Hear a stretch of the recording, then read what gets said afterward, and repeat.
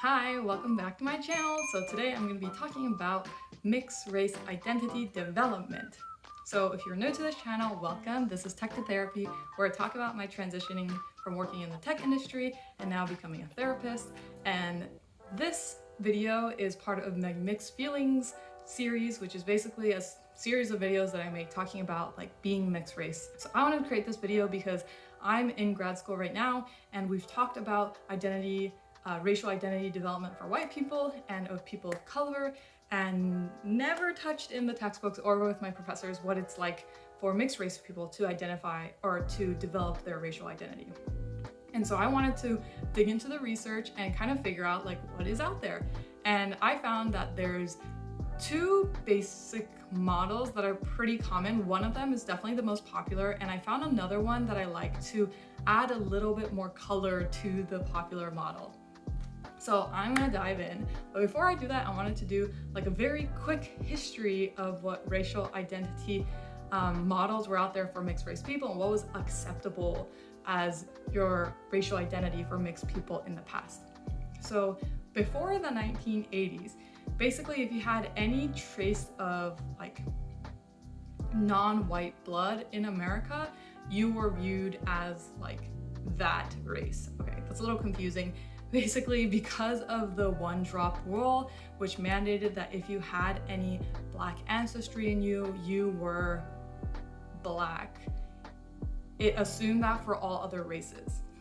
And so basically, let's say for me, like if I was born in 1970, I'm half Japanese and half white, I would be viewed as Japanese and not mixed and not white. I was always gonna be Japanese to everybody around me. So this kind of changed in the 1980s, where there were mixed race researchers which looked at this and said, okay, this is kind of problematic. I think there's a different kind of identity, which is the mixed race identity. So we believe the healthy racial identity for mixed race people is to be equally identified with your races. So for me, I would, in the 1980s time, like I would be in a healthy state if I viewed myself as Japanese and white. Half Japanese and half white. According to my blood, that is like how I would have to identify myself racially. So this is also problematic because it assumes like this healthy state is when your racial identity exactly matches like your ancestry and like your parents' races, right? And to me personally, I don't think that's how it works. I think it really depends on your upbringing, like what country you lived in, who your friends were, what types of like culture and things you had access to access these different races. Like I think it depends on so many things, like what you racially identify as. So here we go in the 21st century. There's like one pretty popular model, and it was created by Poston. Poston created the biracial identity development model, and it looks like this.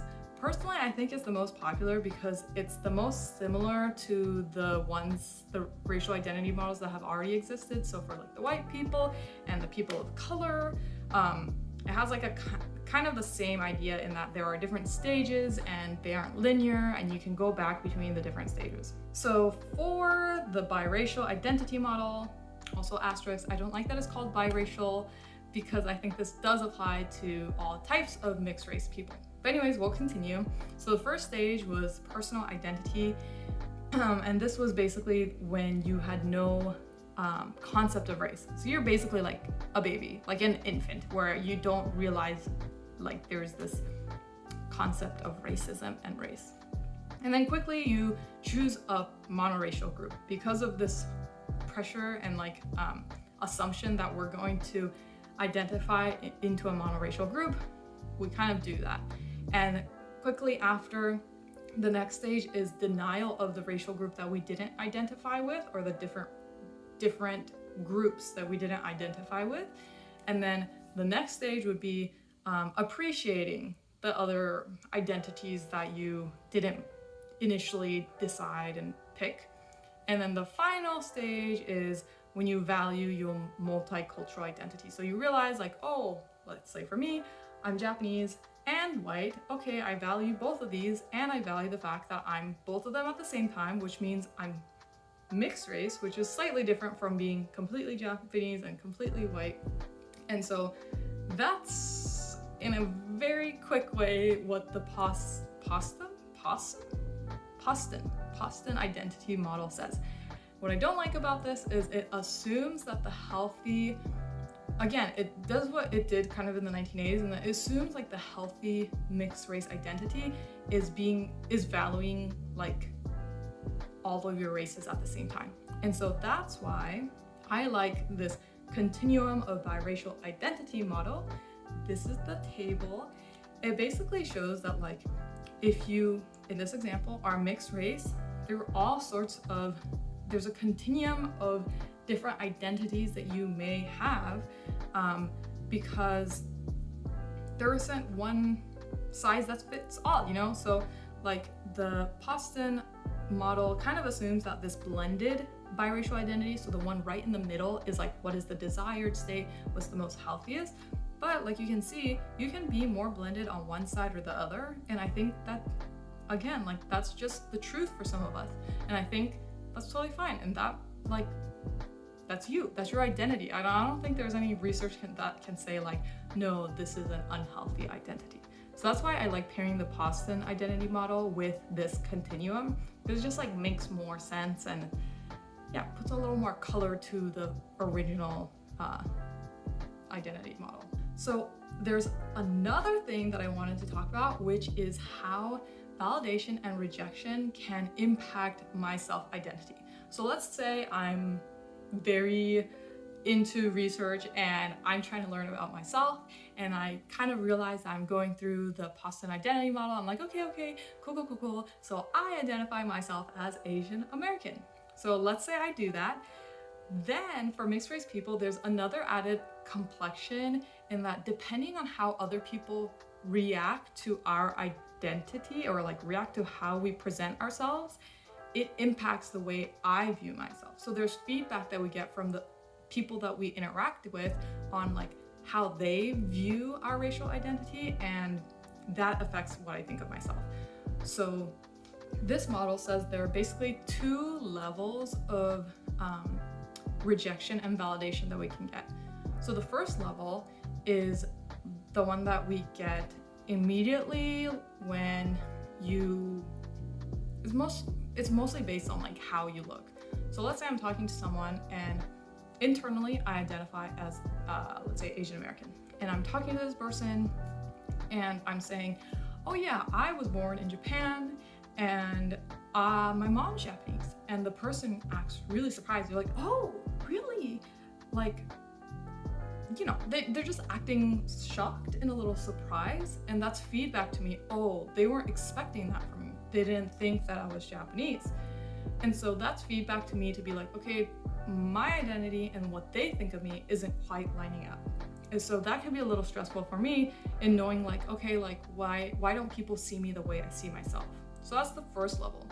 The second level is a little bit more complicated in that, let's say in the first level, my racial identity is validated. So like, let's say I'm hanging out. Well, okay, so let me describe the second level. The second level is when you're in group, so the people that you are like interacting with reject the other parts of races, the other racial parts of you. So let's say in this example, I identify as Asian American and I'm with my Asian American friends and they reject the whiteness that I have in me. So that's the second tier of rejection, is when this can happen more with like people who are a little closer to you, because again, like you need a little bit more interaction to kind of like get the feel for like if they are like validating or rejecting other parts of my identity. But that's the second tier. So basically, depending on how people interact with me and what they think of my race and how they interact with all the different races I have in me, like I'm gonna decide how my own identity. And so research has shown that the degree of rejection and validation that you get from your peers, especially those that are significant to you, have a really large impact on your well-being and your self-identity. So it's just kind of saying that it's really important how other people view you, and if it's not exactly in line with how you view yourself, it is going to cause some stress. I think it's really common, especially for those that identify as races that don't stereotypically look like their monoracial peers. So that's it for today. I know that was a lot of like research heavy topics today, but I thought it was really interesting to kind of dive into the research aspect of mixed race identity development, to kind of, you know, get a feel for what people who really study racial identity think about how we identify ourselves. Again, this is all just research, so it's not the truth. Like, if you don't agree with any of this, that's totally fine. Like, this is just kind of to help guide some more insight into maybe how you identify, and maybe validate some of the experiences that you've had, because yeah, our experiences are all different. So thanks for watching this far. If you like this video, think about subscribing. Like I said before, this is the mixed race series where I talk about like being mixed race and mixed race stuff. So thank you. Bye.